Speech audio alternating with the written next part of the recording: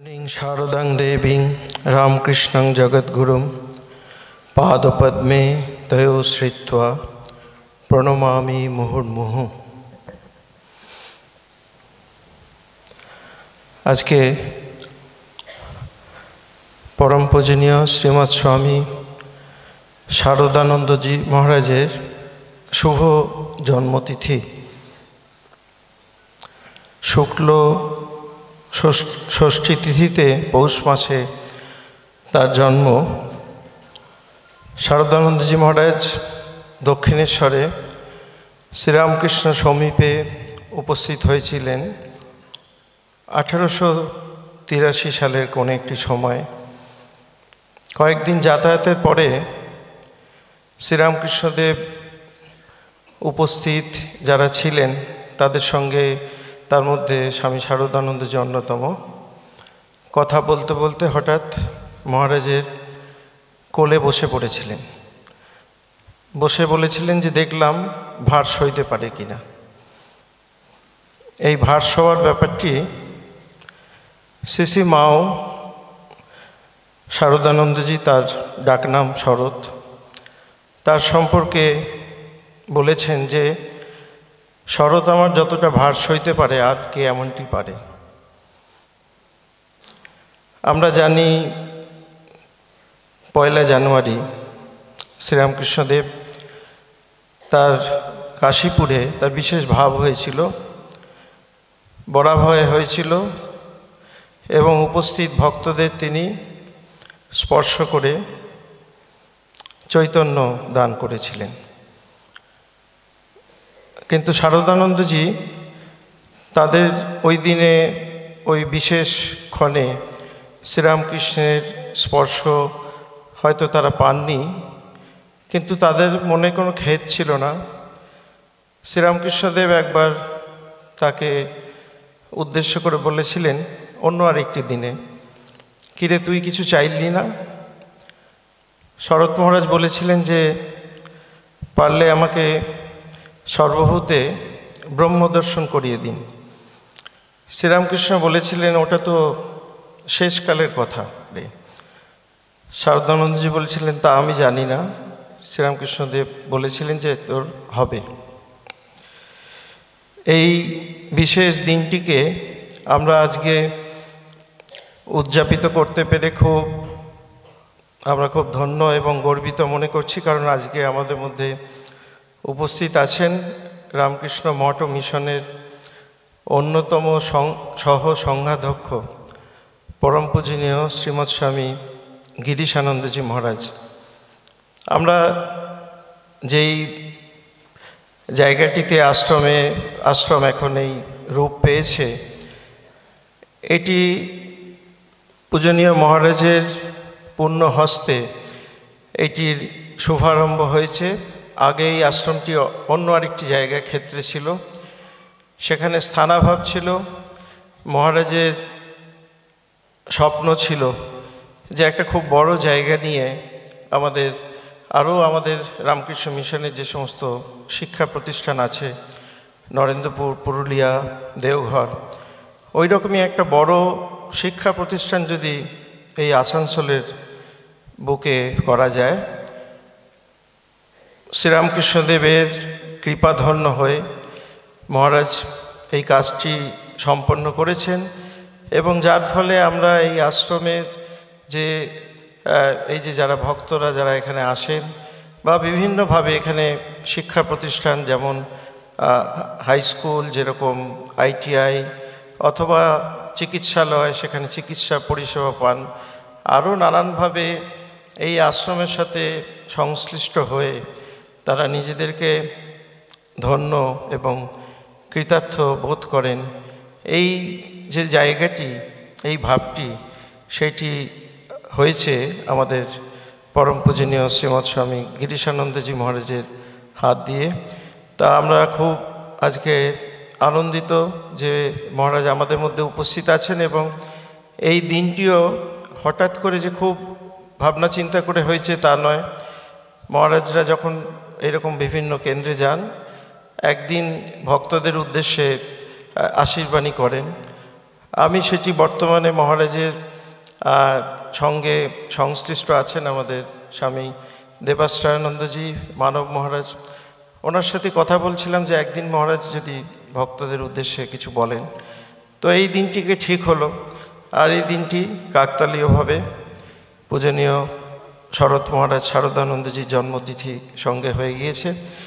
আমি আমার কথাকে দীর্ঘায়িত করব না, আমরা সবাই ওম স্থাপকায় চ ধর্মস্য সর্বধর্মস্বরূপিণে অবতার বরিষ্ঠায় রামকৃষ্ণায় তে নমঃ।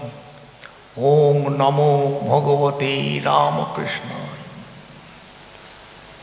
আজকে এই সভায় উপস্থিত ভক্তমণ্ডলী এবং মাতৃমণ্ডলী, এখানকার মহারাজগণ, এখানে যারা উপস্থিত রয়েছেন, আমরা এই বিশেষ দিনটি স্মরণ করি বিশেষ করে শ্রীরামকৃষ্ণের যে পার্ষদ, অন্তরঙ্গ পার্ষদ সন্ন্যাসী শিষ্য 16 জনের আলোকচিত্র আমরা দেখতে পাই। তাদের মধ্যে ইনি অন্যতম স্বামী শারদানন্দজি মহারাজ। গৃহ শিষ্য ছিলেন বলরাম বসু মাস্টার মহাশয়, এদেরও আমরা আলোকচিত্র দেখতে পাই এবং আমরা বুঝতে পারি যে ঠাকুর এসেছেন সকলকে, আপাতত যারা উপস্থিত তাদের তো বটেই, ভবিষ্যতে যত মানুষ আসবে, যত মানুষ ভবিষ্যতে আসবে, তারা এই যে ভগবান এসেছেন তাকে অবলম্বন করে তাদের জীবনকে সার্থক করবে। এই জন্য তিনি এই পার্শ্বদের নিয়ে এসছেন, যার মধ্যে তিনি চিহ্নিত করেছেন স্বামী বিবেকানন্দকে। আমরা এইসব তাদের জীবনের ঘটনাগুলো যদি পড়ি তাহলে বুঝতে পারব যে শ্রীরামকৃষ্ণ কীভাবে শিক্ষা দিচ্ছেন, কীভাবে তাদের জীবনকে নতুন করে নির্মাণ করে দিচ্ছেন। ছোট ছোট কথার মধ্যে দিয়ে, ছোট ছোট সুন্দর সুন্দর ভাব, এই ভাবের ভেতর দিয়ে সমস্ত মানুষের মনকে আধ্যাত্মিকতার দ্বারা সঞ্জীবিত করা, সেটি স্বামী বিবেকানন্দকে বিশেষভাবে নির্দেশ করেছেন যে নরেন লোকশিক্ষা দিবে। এই কথা ঠাকুরের মুখ দিয়ে বেরিয়েছিল। শুধু তাই নয়, একটি কাগজে লিখে দিয়েছিলেন নরেন লোকশিক্ষে দিবে, ঠাকুরের বাংলা ভাষা। লোকশিক্ষে, শিক্ষা নয় বলছেন ঠাকুর, শিক্ষে দিবে। তারপরের শব্দ রয়েছে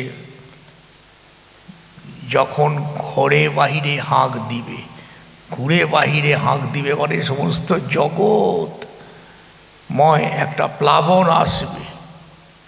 এই ভাব ধীরে ধীরে ধীরে ধীরে ধীরে ধীরে নদীর স্রোত যেমন কুলকুল করে সমস্ত চারিদিক ভাসিয়ে নিয়ে যায়, সেরকম শ্রীরামকৃষ্ণ এই যে মহাভাব, এই তাকে অবলম্বন করে নরেন্দ্রনাথ এবং অন্যান্যরা বিশেষ করে তার মুখ দিয়ে, তার ভেতর দিয়ে সেই বাক্যচ্ছটা নির্গত হবে এবং তার অন্তরঙ্গ পার্শ্বদের শ্রীরামকৃষ্ণ বলেছিলেন যে তার অন্তর্ধানের পরে এদের সকলকে একত্রিত করে একটি সংঘ নির্মাণ করতে হবে। সংঘ মানে হচ্ছে সংগঠন। এই সংগঠনের দ্বারা ঠাকুরের যে ভাব, মহাভাব ধীরে ধীরে ধীরে ধীরে মানুষের মধ্যে প্রচারিত এবং প্রসারিত হবে। শত সহস্র বাধা বিপত্তি থাকা সত্ত্বেও এই যে শ্রীরামকৃষ্ণের যে তার আবির্ভাব, এর তাৎপর্য আমরা বুঝতে পারি। সমস্ত জগৎ নতমস্তকে গ্রহণ করছে ধীরে ধীরে ধীরে ধীরে। এর মধ্যে যারা ছিলেন এই 16 জন পার্ষদ, তাদের মধ্যে বিশিষ্ট রূপে চিহ্নিত আজকে যার জন্মতিথি আমরা পালন করছি তিনি হচ্ছেন স্বামী শারদানন্দজি মহারাজ, অন্য নাম শরৎ মহারাজ। যারা তখন দক্ষিণেশ্বরে আসা যাওয়া করতেন সেই সময় থেকে এদের পরস্পরের মধ্যে আলাপ পরিচয়। স্বামীজি তার সঙ্গে কত গল্প করেছেন, কত কথা বলেছেন, এবং বাকি নির্দেশ রামকৃষ্ণ মঠ এবং মিশন কিভাবে পরিচালিত হবে। এর অর্থ হচ্ছে ঠাকুরের মহাভাব স্বামীজিকে অবলম্বন করে ঠাকুর নিজে বলেছেন, আমি তোর ভেতরে প্রবেশ করছি, আমার যা কিছু শক্তি আছে তোকে দিয়ে ফকির হলাম, এরপরে তুই এদের সকলকে একত্রিত করে নিয়ে যারা পরবর্তীকালে সন্ন্যাসী রয়েছেন তাদেরকে একটি সঙ্ঘ নির্মাণ করবি, এবং মানুষ যারা ঠাকুরের ভাব গ্রহণ করার জন্য তখনও পর্যন্ত প্রস্তুত হয়নি, স্বামীজির যে হাঁক ডাক, তার যে প্রচার, সেই প্রচার জগতে ধীরে ধীরে ধীরে ধীরে প্রসারিত হবে, শুধু দেশে নয় বিদেশেও। এই জন্য আজকে যার জন্মতিথি পালন করছি তিনি এইরকম একজন সৈনিক, শ্রীরামকৃষ্ণের চিহ্নিত, এবং এদের সঙ্গে ঠাকুরের যে কথাবার্তা একটু আগে শুনলেন।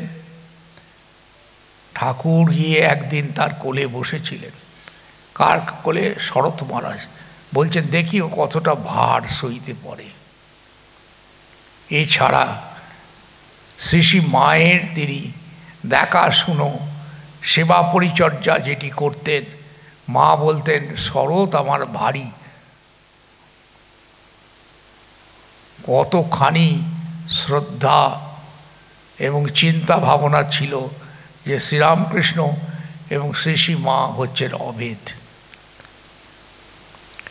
এই যে ঘটনাগুলি ঘটেছে তাদের জীবনে একটার পর একটা, লীলা প্রসঙ্গ রূপে বইটি শ্রীরামকৃষ্ণ লীলা প্রসঙ্গ, এটি এই শরদানন্দজি মহারাজ ঠাকুরের একটা বৈজ্ঞানিক জীবনী প্রকাশ করেছেন। বেছে বেছে বেছে বেছে তিনি তার কথাগুলো নিয়েছেন এবং এক একটি অধ্যায়ের ভেতর দিয়ে ঠাকুরের জীবনে যে গভীর রহস্য, এটি সাধারণ মানুষ যাতে বুঝতে পারে শ্রীরামকৃষ্ণ হচ্ছেন অবতার পুরুষ। সমস্ত দেশের, সমস্ত জাতির, সমস্ত ধর্মের নির্যাস এই শ্রীরামকৃষ্ণের মধ্যে রয়েছে। এটি মানুষ কেমন করে বিশ্বাস করবে, কেমন করে বুঝবে, এই লীলা প্রসঙ্গের ভেতর দিয়ে আমরা পৌঁছতে পারি। এবং এটা তিনি যখন লিখেছিলেন তখন মাকে দেখিয়েছিলেন শ্রী শ্রী মা। তখন কলকাতাতে উদ্বোধনে একটি বাড়িতে ছিলেন। কলকাতায় উদ্বোধনে এই বাড়িটির তৈরির পেছনে একটি ইতিহাস রয়েছে।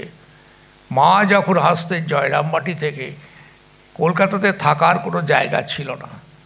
তখনকার দিনে যাতায়াত ব্যবস্থা ছিল অত্যন্ত কঠিন। গরুর গাড়িতে বা কোনোভাবে আসতে হতে অনেকটা সময় যেত, অনেক রাত্রি অতিবাহিত হতো। এই সময়ে তিনি ভাবলেন যে মা যখন আসবেন কলকাতায় তিনি কোথায় থাকবেন। ওদিকে তো সন্ন্যাসীদের জন্য স্বামীজি বেলুড় মঠের পত্তন করেছেন এবং মাকে নিয়ে মায়ের পদধূলি মঠে যখন পড়ল সেই পদধূলি রেখে দিয়েছেন।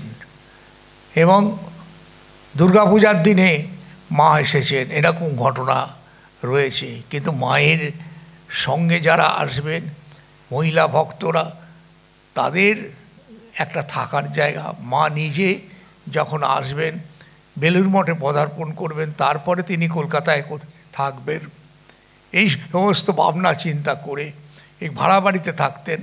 সেইখান থেকে তিনি ওই উদ্বোধন যে এখন বাড়িটি, এই বাড়িটা তিনি নির্মাণ করেছেন তখনকার দিনে অত্যন্ত আর্থিক কষ্টের মধ্যে দিয়ে, তিলে তিলে তিলে তিলে ধার দেনা পর্যন্ত হয়ে গেছে। সেই বাড়ি যে জমিদান করেছেন একজন ভক্ত, তিনি নিজে এইটুকু দান করেছেন, তারপরে তাকে এত কঠিনভাবে পরিশ্রম করতে হয়েছে সারদানন্দজি মহারাজকে, সেইখানে একটা দোতলা বাড়ি তৈরি করলেন এবং মা দোতলায় থাকতেন। আজকের এই দিনে আমরা যেমন শ্রী শ্রী মায়ের তিথি পূজাতে সেই বাড়িতে যাই, বলি মায়ের বাড়ি, সেইখানে যাই, সেখানে বিশেষ পূজা পার্বণ উৎসব হয়। এই দিনটিতেও আমরা পালন করি সারদানন্দজি মহারাজেরও সেখানে আলোকচিত্র আছে এবং সেখানে একটু উৎসব হয়। তো এইখানে দেখতে পাই যে তার কত বড় অবদান, কত বড় চিন্তা ছিল এবং স্বামীজির কথা অনুযায়ী তিনি চলতেন। এই সঙ্ঘের পরিচালনার বিষয়ে যখন নূতন রামকৃষ্ণ সংঘ প্রতিষ্ঠিত হবে বলরাম বসুর বাড়িতে, সেই সময়ে যে সভা হয়েছিল সেখানে এই মঠের কে সাধারণ অধ্যক্ষ হবেন, তিনি হচ্ছেন ব্রহ্মানন্দজি। সেই রকম শরৎ মহারাজ সারদানন্দজিকে তিনি করলেন সচিব। রামকৃষ্ণ মঠ মিশন প্রতিষ্ঠার মূলে তিনি হচ্ছেন প্রথম সচিব, যার উপরে দায়িত্ব ভার অর্পণ করে স্বামীজি নিশ্চিন্ত হতে পারেন। শুধু তাই নয়, তাকে বিদেশেও ডেকেছেন প্রচারের জন্য। এইভাবে দিনের পর দিন চলে গেছে।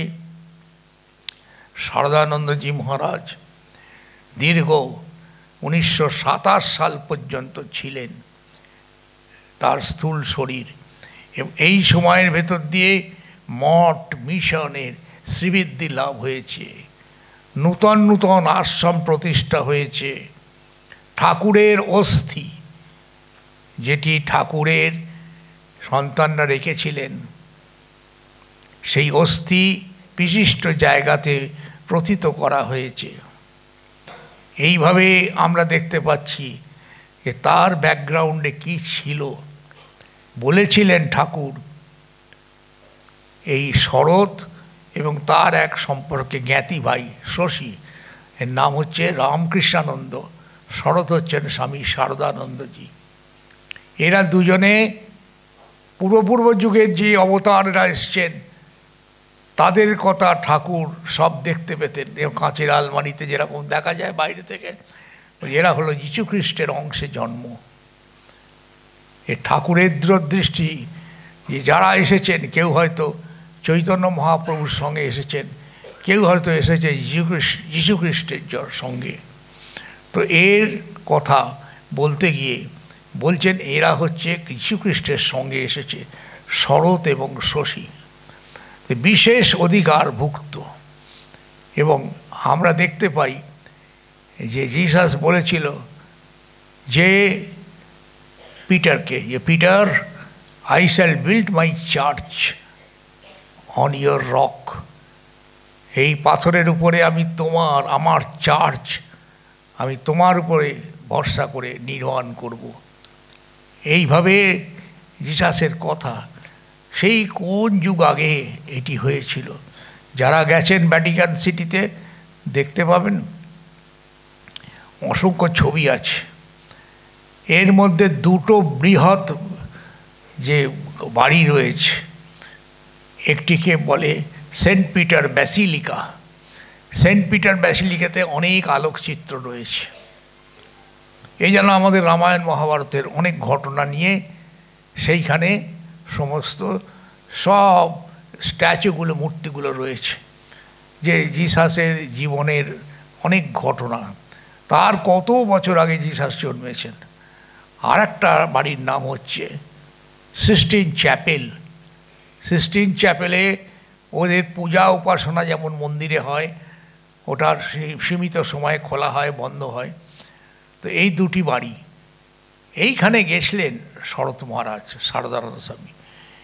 তিনি ভাবে তন্ময় হয়ে তার বাহ্যজ্ঞান পর্যন্ত চলে গেছিল। অর্থাৎ তার অতীত স্মৃতি, তিনি কোথা থেকে এসেছেন ঠাকুর দেখা মাত্র বুঝতে পেরেছেন এবং তার সম্পর্কে এই ঘোষণা করেছেন। এবং যেমন বলেছিলেন জিসাস, সেই রকম ঠাকুরের কথা ওই শরৎ, ওই সংঘের জন্য একেবারে নির্দিষ্ট, এবং স্বামী বিবেকানন্দ তাকে বুঝতে পেরেছিলেন। আর শ্রী মা দু হাত তুলে তাকে আশীর্বাদ করছেন, তার সেবা নিচ্ছেন। এই জন্য হচ্ছে ঠাকুরের কাজ।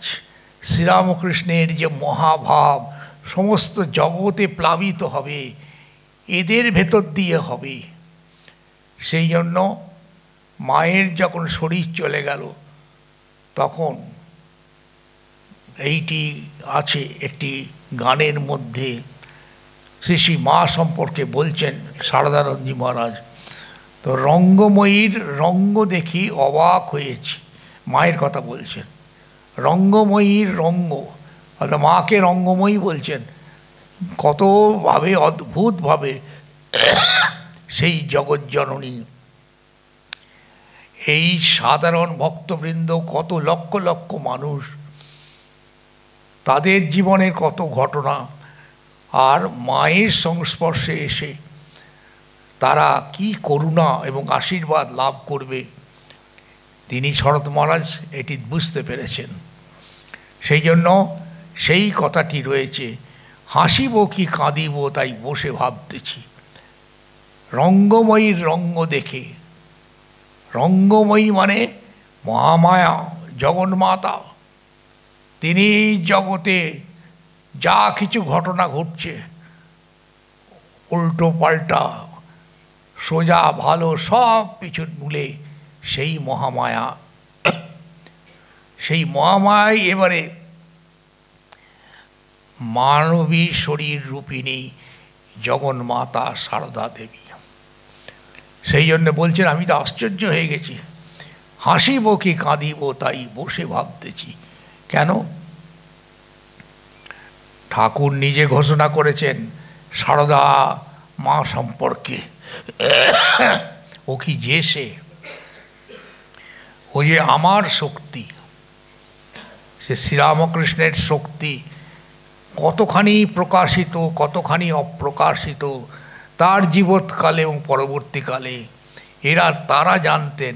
কিন্তু আমরা খালি তাদের আদেশ অনুযায়ী স্বামীজি রামকৃষ্ণ মঠ এবং মিশনের যে ভাবধারা, এই বিস্তারের মূলে তার অবদান, তার ইচ্ছা, তার শিক্ষা। সেই জন্য বলছেন, বিচিত্র ভবের খেলা ভাঙো গড় দুই বেলা, এখনও সেই খেলা বুঝতে পেরেছি। এইভাবে সারদানন্দজি মহারাজ তাকে আবিষ্কার করেছেন। এই কথা বলে যখন বলছেন এখনও সেই খেলা, মানে মহামায়া দুর্গা কালী, আমরা যেভাবেই বলি না কেন, তিনি এই জগৎ সংসারের সুখ দুঃখের পিছনে রয়েছেন। এই বর্তমান যুগে রক্ত মাংসের শরীর নিয়ে জগন্মাতা এসেছেন, আবির্ভূত হয়েছে, শ্রীরামকৃষ্ণের শাখে এসছেন, তার যুগ ধর্ম পালনের জন্য অবতারের সঙ্গে যেমন শক্তি এসে থাকেন, সীতা দেবী যেমন শ্রীরামচন্দ্রের সঙ্গে এসেছেন, এই রকমভাবে শ্রী রাধা যেমন শ্রীকৃষ্ণের সঙ্গে এসেছেন, এই রকমভাবে দেখতে পাচ্ছি যে অবতার পুরুষের সঙ্গে তার লীলা সহায়িকা তারা এসেছেন এবং সমান শক্তিশালী। কখনো বেশি প্রকাশ, কখনো অল্প একটু প্রকাশ। এইবারে শ্রী মায়ের অদ্ভুত ব্যাপার, সেটি ঠাকুর বুঝতে পেরেছিলেন। বলেছিলেন যে আমি তো চলে যাচ্ছি পৃথিবী থেকে, আমার সময় হয়েছে, তোমাকে অনেক কিছু করতে হবে। তো শ্রী মা ঠাকুরের সেবা করতেন কাশীপুরে। তিনি বলছেন, আমি সাধারণ মেয়ে মানুষ, আমি কি করব? বলছে, না না, তোমাকে অনেক কাজ করতে হবে। এই কথা বলে ঠাকুর রঙ্গরসপ্রিয় ছিলেন। বলছেন যে হাসিব কি কাঁদিব, যেমন শরৎ মহারাজ বলছেন, ঠাকুর সেই কথা বলেছেন যে তুমি হয়ে বিদেশিনী নারী, এটা কবিতার মধ্যে, লাজে মুখ দেখাতে নারী, বলতে নারী কইতে নারী, নারী হওয়া একই দায়। মানে তুমি নিজেকে লুকিয়ে রেখেছো, তোমাকে ঢের ঢের কাজ করতে হবে। এই আর কি করেছে ঠাকুর নিজেকে দেখিয়ে বলছেন, যেন সেই শহর দেখতে বেরিয়েছেন, সে বিদেশিনী নারী, সে মুখ লুকিয়ে রেখেছে, নিজেকে প্রকাশ করছে না, কিন্তু জগতের কল্যাণের জন্য নির্দিষ্ট হয়ে রয়েছে। তোমার অনেক লীলা হবে। আমরা দেখতে পাই সেই 1886 থেকে ঠাকুরের শরীর যাওয়ার পরে শ্রী মা 1920 সাল পর্যন্ত ছিলেন, 34 বৎসর। এবং সেই সময়ে রামকৃষ্ণ সংঘের বেলুড় মঠ প্রতিষ্ঠা এবং স্বামীজি এর মাঝখানে বিদেশে গিয়েছেন, শিকাগোতে পার্লিয়ামেন্ট অফ রিলিজিয়ানে সেখানে ভাষণ দিয়েছেন। ধীরে ধীরে তোলপাড় পড়ে গেছে যে স্বামীজি যে ভাব নিয়ে এসছেন, এই ভাব হচ্ছে শ্রীরামকৃষ্ণের যে কথা নরেন শিক্ষে দিবে, এটি প্রকৃষ্ট প্রমাণ। এই ঘটনার পর ঘটনা ঘটতে থাকে। স্বামী শারদানন্দজি হচ্ছেন এই রকম স্বামী বিবেকানন্দের মতো একজন যুগন্ধর পুরুষ, যিনি যুগের উপরে থাকেন, তার যে শ্রীরামকৃষ্ণের শক্তিকে অবলম্বন করে এই কাজের সহায়ক রূপে সেই তাদের নির্বাচিত করেছেন। এই রকম একজন হচ্ছেন স্বামী শারদানন্দজি মহারাজ। এমন সুন্দর সুন্দর কথা রয়েছে, শারদানন্দজি মহারাজকে নির্দেশ দিচ্ছেন। বিদেশি বড় পণ্ডিত ব্যক্তি, তারা লিখছেন ঠাকুরের জীবনী। স্বামীজি বলছেন শারদানন্দজি মহারাজকে, তুমি ম্যাটারটা পাঠিয়ে দাও, কি লিখবে সে। সেই যে লেখক, পণ্ডিত, বিজ্ঞানী, তত্ত্বজ্ঞ, তিনি বলছেন যে আমি ঠাকুরের জীবন সম্পর্কে অনুসন্ধান করেছি, বুঝতে পেরেছি, কিন্তু বিস্তৃতভাবে কেমন করে আমি বুঝব। সেই জন্য স্বামীজি সেই অধ্যাপককে বলছেন যে তুমি তাকে তোমার ঠাকুরের জীবন সম্পর্কে বিস্তৃত তোমার যে চিন্তাধারা সেটা জানাও। এ তো একজনের কথা বললাম, আরও অনেক অনেক ভক্ত দেশে এবং বিদেশে শরৎ মহারাজ শারদানন্দজির কাছে এসেছেন, ঠাকুর সম্পর্কে শুনেছেন এবং স্বামীজির নির্দেশ, স্বামীজি যতদিন স্থূল শরীরে ছিলেন 1902 সাল পর্যন্ত, সেই সময়ের মধ্যে শরৎ মহারাজ স্বামীজির কথা একবারে অক্ষরে অক্ষরে পালন করেছেন, যে কি করতে হবে, তার কর্তব্য কি। শুধু শরৎ মহারাজ নয়, আরও যারা ছিলেন, এরা একত্রিতভাবে সভা সমিতি করে ভারতবর্ষের যে এই রকম অবতার পুরুষের আবির্ভাব এই যুগে অত্যন্ত তাৎপর্যপূর্ণ ব্যাপার, সেটি মানুষকে বোঝানোর জন্য এই যে সংকল্প তারা গ্রহণ করেছিলেন। সেই জন্য এই স্বামী বিবেকানন্দের যে চিহ্নিত যে সমস্ত কর্মাবলী, যে পদ্ধতি, যে দর্শন, শ্রীরামকৃষ্ণ জীবন দর্শন, সেই দর্শনকে উপস্থাপিত করে দেওয়ার জন্য অতিহীন, দরিদ্র, সাধারণ নগণ্য মানুষ, তাদের মধ্যে প্রচারিত এবং প্রসারিত, তারা যাতে ধারণা করতে পারে, এই যে প্রচেষ্টা, এই একদিনের ব্যাপার নয়, আস্তে আস্তে আস্তে আস্তে ঠাকুরের চিন্তা ভাবনা কাদের অবলম্বন করে এই জগতে প্রচারিত হয়েছিল, এই জন্য দেখতে পাচ্ছি একজনকে, আরও অনেকে ছিলেন, এরা সব এক একজন দিকপাল। স্বামী তুরীয়ানন্দজি মহারাজ, স্বামী ব্রহ্মানন্দজি ঠাকুরের একেবারে তাকে পুত্রের মতো ঠাকুর বলতেন, সেই হচ্ছেন স্বামী ব্রহ্মানন্দজি। স্বামী শিবানন্দজি, এরা সব একত্রিতভাবে মিলিত হয়ে তারা সভা করতেন। কখনো কখনো দূরে দূরে থাকতেন, এই কাজের সম্পর্কে আলোচনা হতো। এইভাবে আস্তে আস্তে আস্তে আস্তে আমরা দেখতে পাচ্ছি এক একজনের পর এক একজন অন্তর্ধান হচ্ছেন, আর তারা যেন এক একটা ইতিহাস, তাদের জীবনের ঘটনাগুলো আমরা যদি অধ্যয়ন করি বুঝতে পারি যে শ্রীরামকৃষ্ণ ভাব সমুদ্র কতখানি উত্তাল হয়ে উঠেছে মানুষের ভেতরে। কিন্তু এই যে ঢেউ, এই ঢেউকে ধারণ করবে কে? ভবিষ্যৎ প্রজন্ম, এই যুগের প্রজন্ম, এই যুগের মানুষ, তারা ধারণ করবে। যে ঠাকুর যে এসেছিলেন কয়েকজন ভক্ত নিয়ে,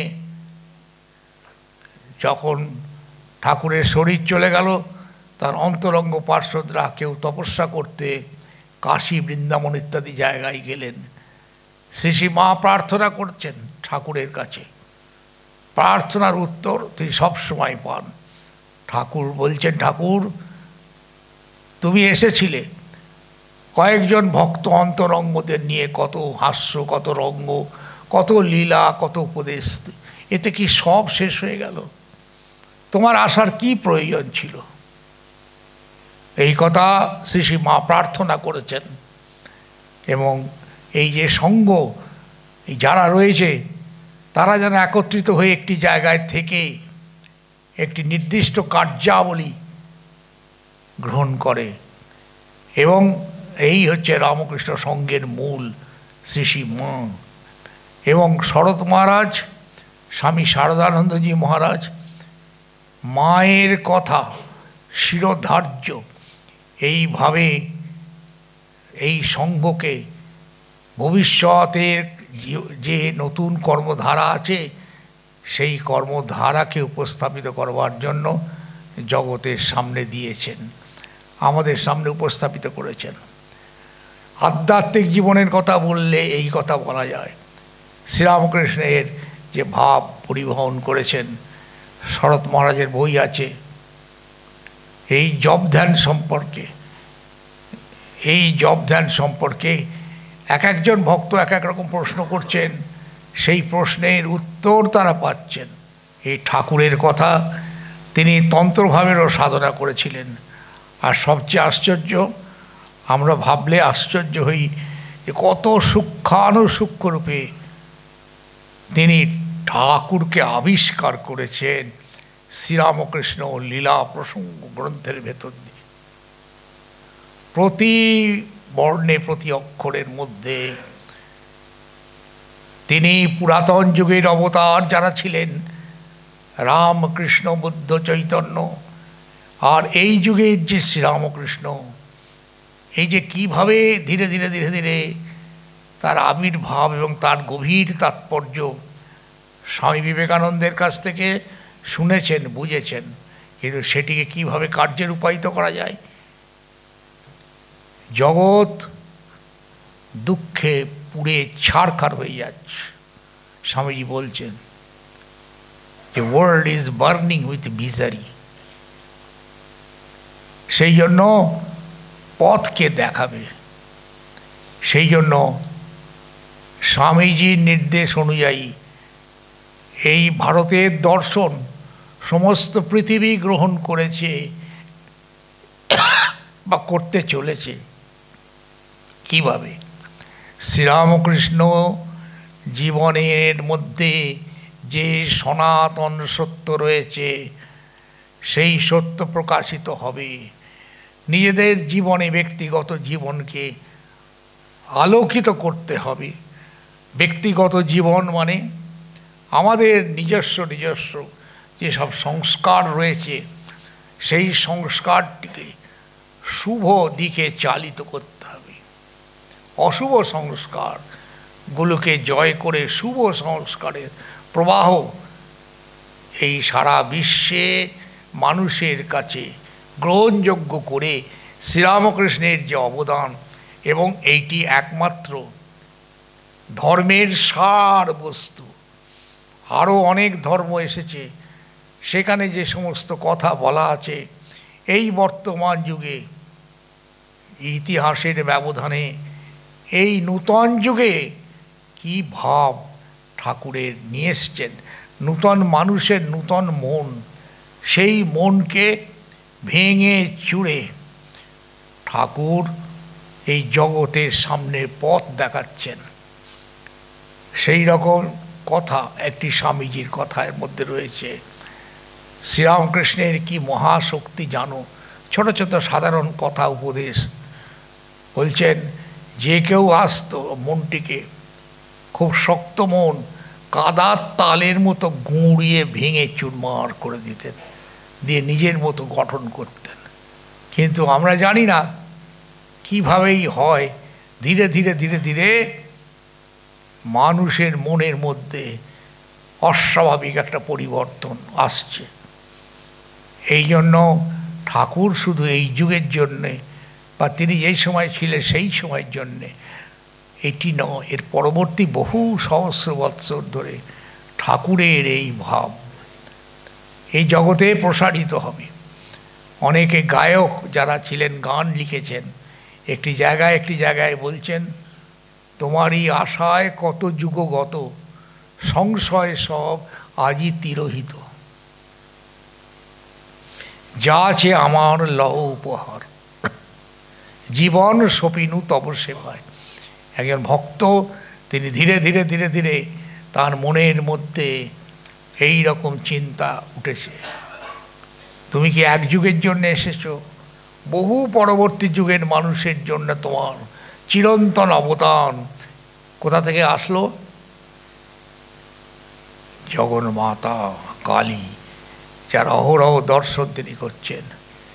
এই সারদানন্দজি মহারাজ তিনি একটি বই লিখেছেন, বইটির নাম হচ্ছে ভারতে শক্তি পূজা। শক্তিকে আবাহন করো, শক্তি ছাড়া জগতের উদ্ধার হবে না। এবং ঠাকুর সেই শক্তিকে আবাহন করেছেন কিভাবে? তার স্ত্রী সারদা দেবীকে পূজা করেছেন। সেই যে পূজা, ষোড়শী পূজার দিনে সেই ত্রিপুরা সুন্দরী জগন্মাতাকে জাগ্রত করেছেন ঠাকুর। ঠাকুরকে অবলম্বন করে মা কালী তিনি প্রকাশিত হবেন। এটি হচ্ছে তার দর্শন এবং অনুভূতি। এইবারে ধীরে ধীরে অনেক বৎসর কাটবে, যারা একটু ইচ্ছা জাগবে, একটু খুঁজে দেখবে কি আছে এর মধ্যে, এই রহস্যের মধ্যে। মনুষ্য জীবন অত্যন্ত মূল্যবান। শ্রীরামকৃষ্ণ জীবনকে বুঝতে গেলে তার যারা কাছে এসেছেন, তার ভাব যারা প্রচার করেছেন, এই শ্রীরামকৃষ্ণ কথামৃত, শ্রীরামকৃষ্ণ পুঁথি, এইসব আরও অনেক পুস্তক রয়েছে, বিশেষ করে শ্রীরামকৃষ্ণ লীলা প্রসঙ্গ, এইগুলি যারা একটু পড়বে বা শ্রীরামকৃষ্ণের ভাব অনুযায়ী যে সঙ্গীত রচনা হয়েছে এগুলি শুনবে, শ্রীরামকৃষ্ণ তত্ত্বচিন্তা অনুযায়ী নিজেদের যা কিছু মনের রয়েছে রহস্য, সে রহস্যের উত্তর পাওয়ার জন্য চেষ্টিত হবে। সেইখানে আমরা পাব যে বর্তমান যুগে আমাদের মনের কাঠামো অনুযায়ী প্রাচীন যুগের যে শাস্ত্র, সেখানে যেভাবে বর্ণনা করা হয়েছে, বেদ, বেদান্ত, উপনিষদ, গীতা, বাইবেল সবকে ছাড়িয়ে গিয়েছে স্বামীজির কথা। এই শ্রীরামকৃষ্ণ তার উপদেশ বেদ বেদান্তকে ছাড়িয়ে গিয়েছে। এই বর্তমান যুগের বেদ, সেই জন্যে একটি গানিতে আছে, কলিতে আনিলে তুমি নববেদ, মুছে দিলে ধর্ম, ধর্মের ভেদ তুমি মুছিয়ে দিয়েছ। মানুষ বুঝতে পারবে ধীরে ধীরে, যত দিন যাবে, যত চেষ্টা করবে তাকে ধারণা করবার, তাকে ধীরে ধীরে ধীরে ধীরে নিজেদের উপলব্ধির মধ্যে নিয়ে আসা।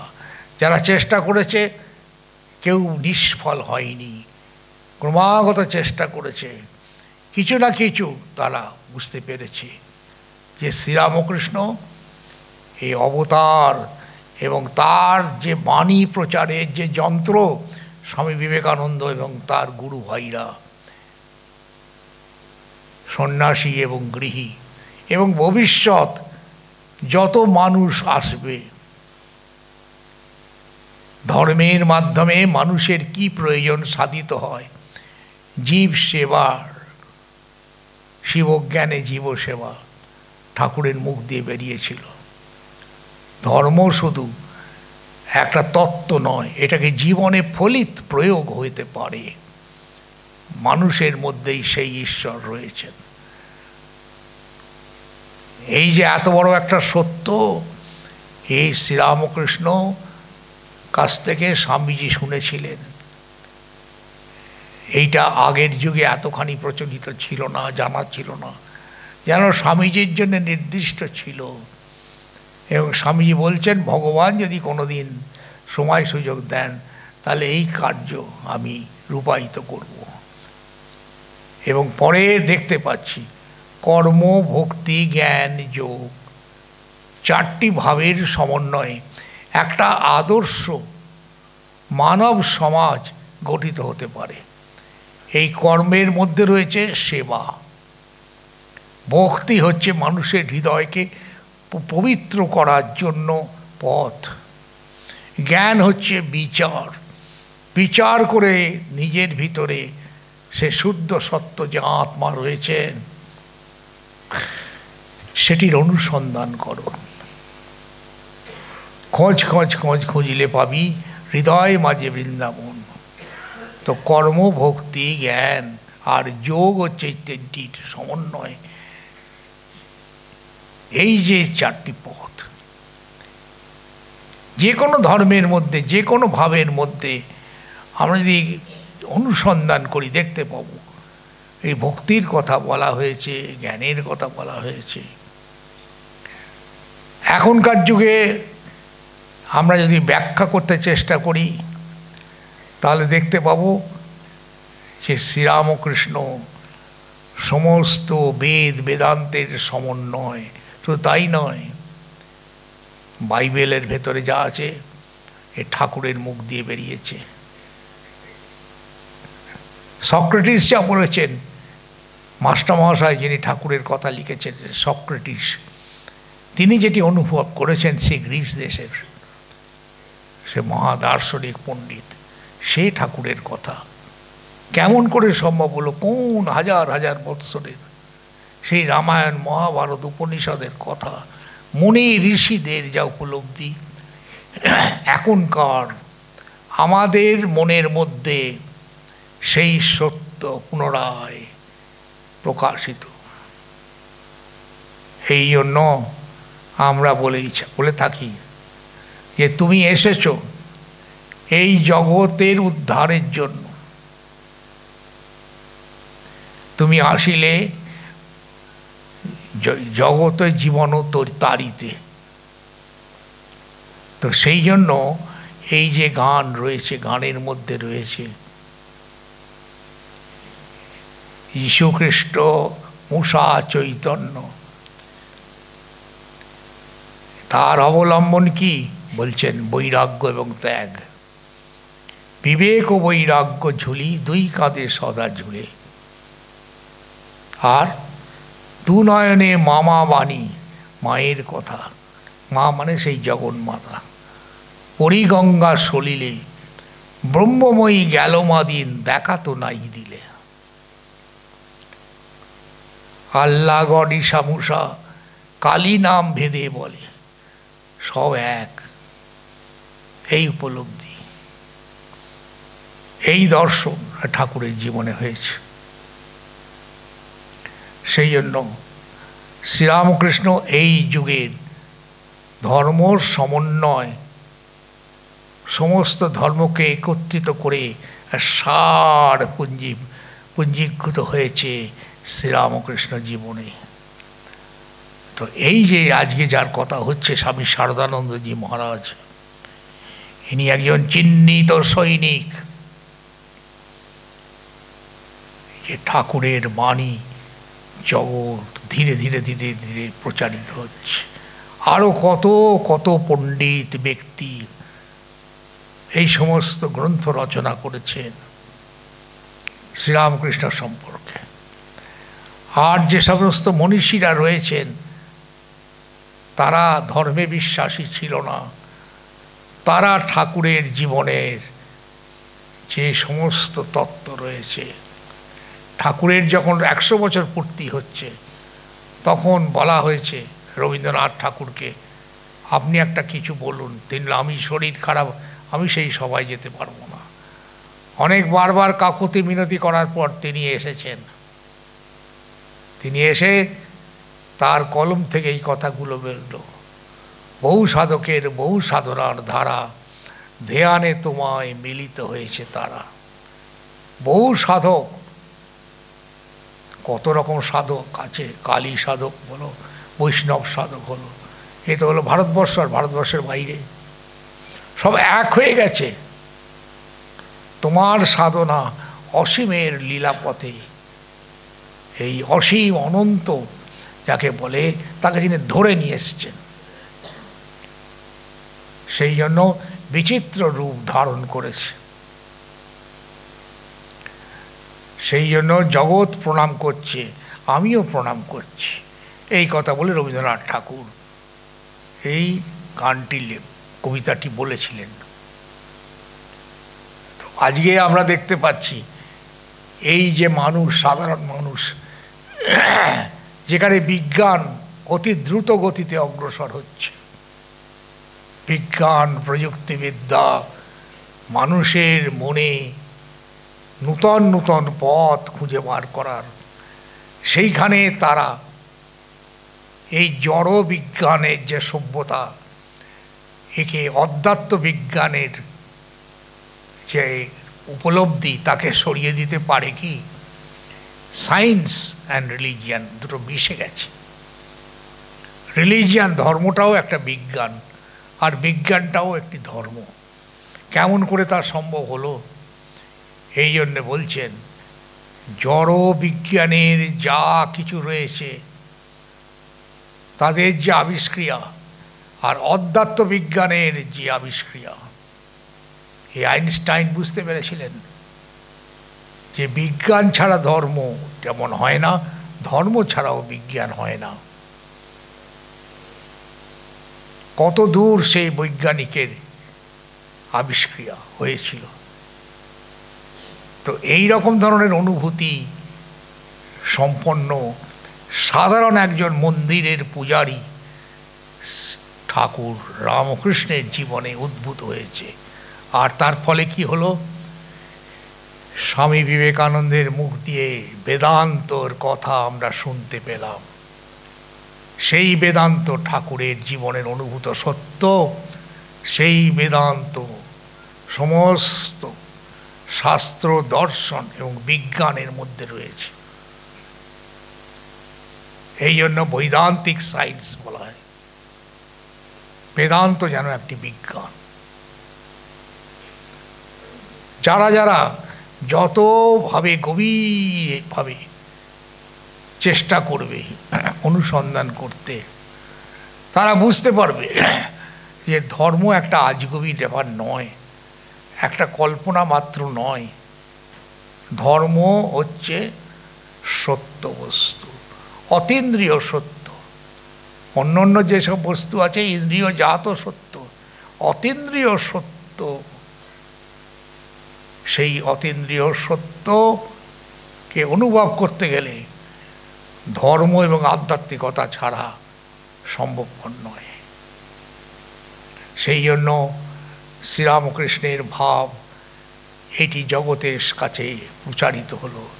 আজকে যার কথা আমরা আলোচনা করছি স্বামী শারদানন্দজি, বৈজ্ঞানিক সম্মতভাবে তিনি এই শ্রীরামকৃষ্ণের জীবনের প্রত্যেকটি ঘটনা খুঁটিনাটি বর্ণনা করেছেন।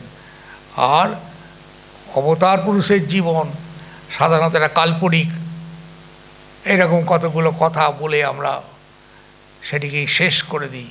এইখানে দেখতে পাচ্ছি যে শ্রীরামকৃষ্ণ জীবনের বৈজ্ঞানিক ব্যাখ্যা, বিজ্ঞানসম্মতভাবে ব্যাখ্যা, জড়র যে সভ্যতা তারা স্বীকার করল। প্রমাণ ডাক্তার মহেন্দ্রলাল সরকার। ডাক্তার মহেন্দ্রলাল সরকার ঠাকুরের গলায় ক্যান্সার, এই সমস্ত অধ্যাত্ম তত্ত্বের কথা তিনি সম্পূর্ণভাবে গ্রহণ করেন না, স্বীকার করেন না।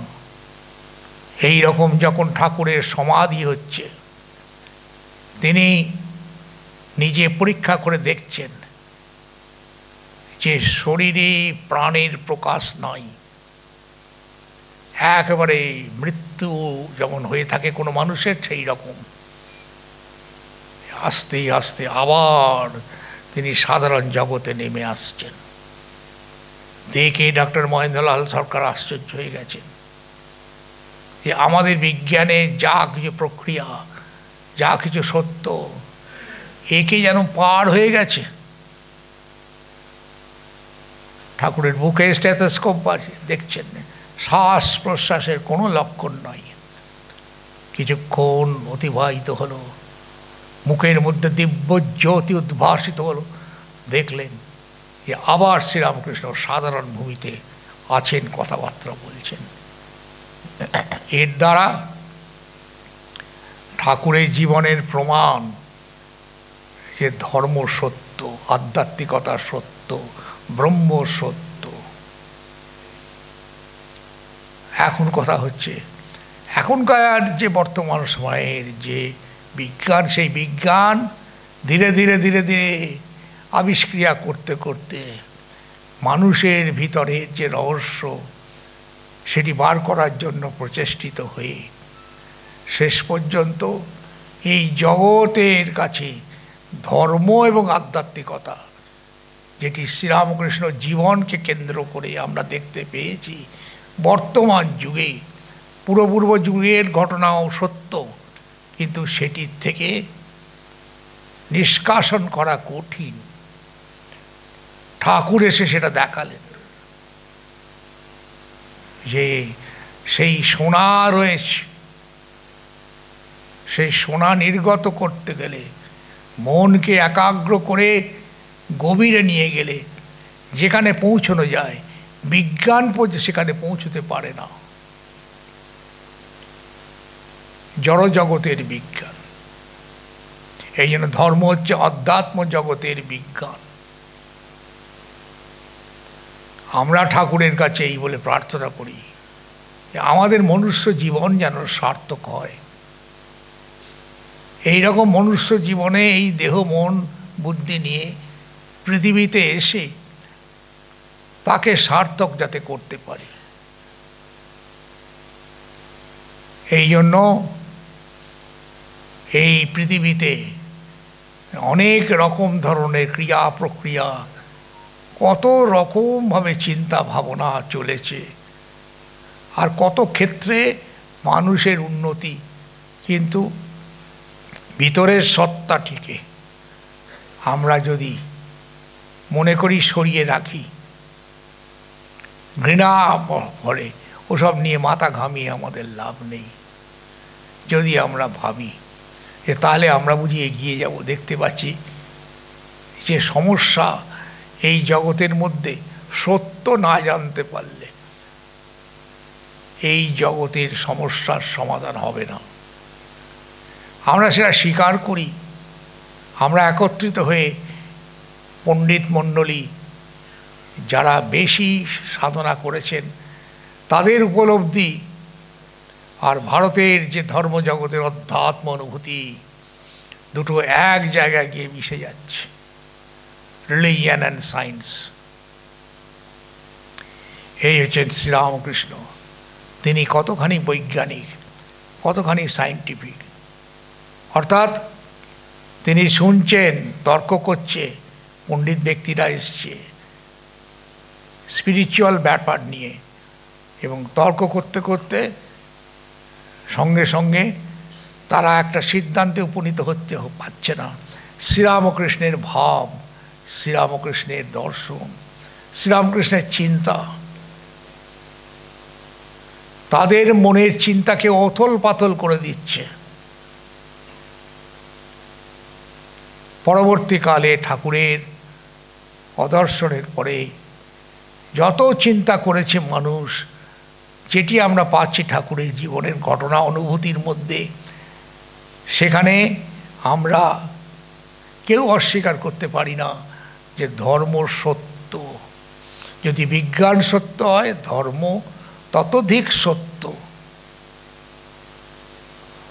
তো আজকে আমরা যার কাছে শিক্ষা নিচ্ছি এরকম একজন মানুষ, তিনি হচ্ছেন শারদানন্দজি মহারাজ। বিবেকানন্দের শিক্ষায় শিক্ষিত। বিবেকানন্দ ভবিষ্যৎ পৃথিবীর কাছে যে আলোকবর্তিকা রেখে গেছেন, তার বিস্তৃত ব্যাখ্যা তিনি এখানে এসে আমাদের সামনে দিয়েছেন। এবং এই যে সঙ্গ, যে যন্ত্রের ভেতর দিয়ে এই প্রচার এবং প্রসার